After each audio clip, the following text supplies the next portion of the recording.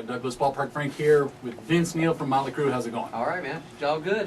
Now, you've got a ton of stuff going on, and I want to get to all that, but I must admit, I'm going to ask you something personal here first. All right. You're a rock star, and I have gotten addicted to both Rock Band and Guitar Hero World Tour. Okay. Now, then your songs are on there, too. Yeah, oh, yeah, so I'm absolutely. singing, we are, all that stuff, which on easy mode is easy. Once you get to hard, that's tough. But do you look down on people like us?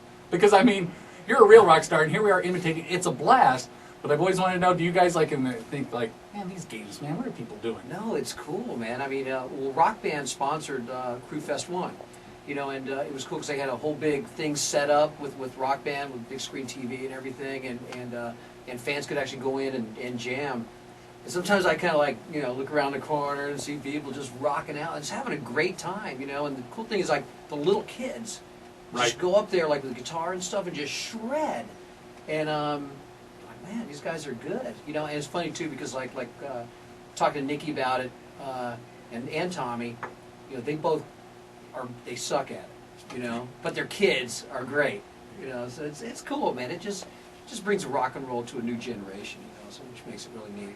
Well, you know, it's funny because I seem to hear that a lot, that the people that are actually musicians and that aren't as good at the games and all the kids and that are. But have you also kind of found out, because of all that kind of stuff now, that it's opened up the Motley Crue music and your own music to a whole new generation and everybody else out there? Because so not that Crue ever went away by any means, but it's almost like you're bigger now than you were back in the day. Yeah, it's you're exactly right about the generation thing. And even before Rock Band, though, we got lucky and kind of crossed over.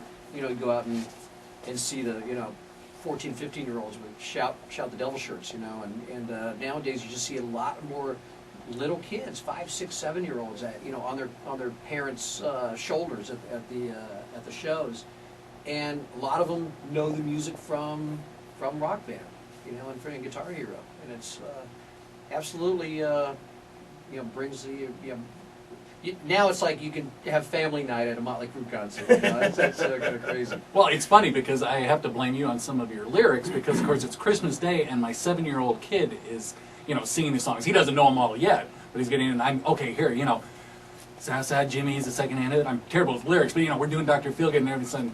His grandmother's like, now, what is it, Dr. Feelgood? It's Christmas Day, and she's like, shouldn't you guys be doing Deck the Halls or something? Come on, man. Shout at the devil, man. It's funny, man, because I talk to a lot of people with little kids, 4 or 5-year-olds, that love girls, girls, girls. Mommy, play the girl song.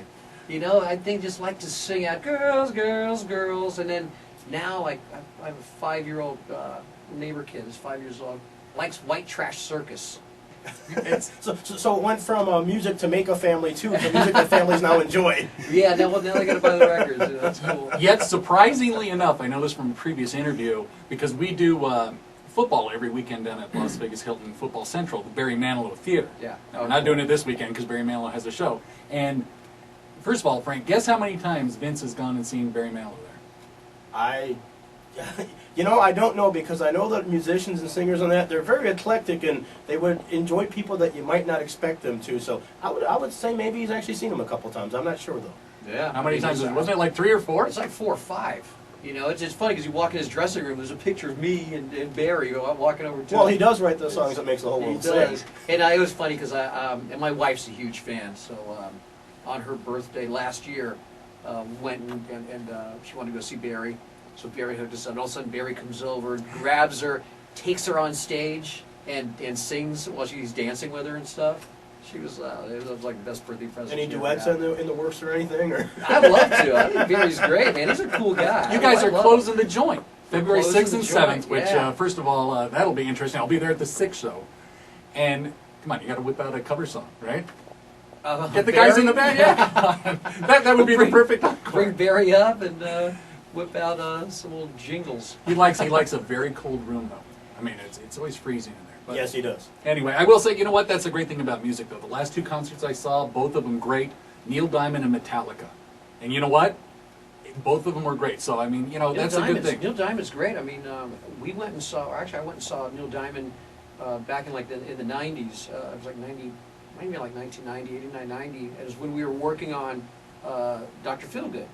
We were getting ready to go out on stage, and And at the beginning of the Neil Diamond concert, it had like this screen and this laser diamond, you know, came out and it started spinning, and then it just it turned into like Neil Diamond.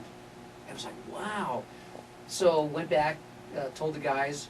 Then for Feel Good, all of a sudden you see this thing come out, start spinning, and it becomes Dr. Feelgood. So we actually ripped off Neil Diamond. There we go. There you go. Well, he is a great songwriter. Now let's talk about your poker tournament, which I've been in a couple years. This will be the first time. I know it's the 4th annual, correct? 4th one, yeah. And it is sold out, but are you still encouraging people to come down for the silent auction? Yeah, you do the silent auction and hang out, and then like I think it's like ask for a $100 donation at the after party, Which is at Wasted Space.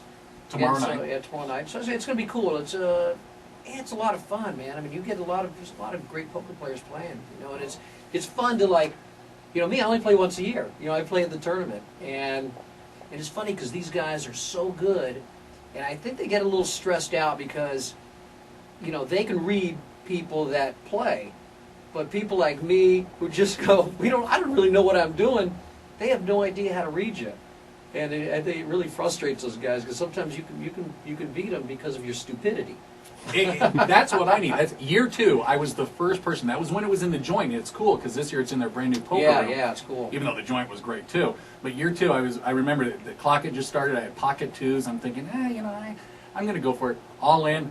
Guy hits us straight on the river. I was the first person out of your tournament in year 2. But I will say, it is a blast. It is. Yeah. I know it's sold out this year, but try to get in it next year. Absolutely. Yeah, but if it was Deuces Wild, you'd have had a monster hand. That's right. I need it. Probably I still would have lost. I did. Well, I made it to the last table last year, and I was the first one out of the last table. But I had a pair of kings, then threw up a pair of 6s. I had 2 pair. I'm like, I got this one. It was only me and one other guy. I go all in, and very last card, he beats me with a straight. The last card, I'm like, oh, are you kidding me?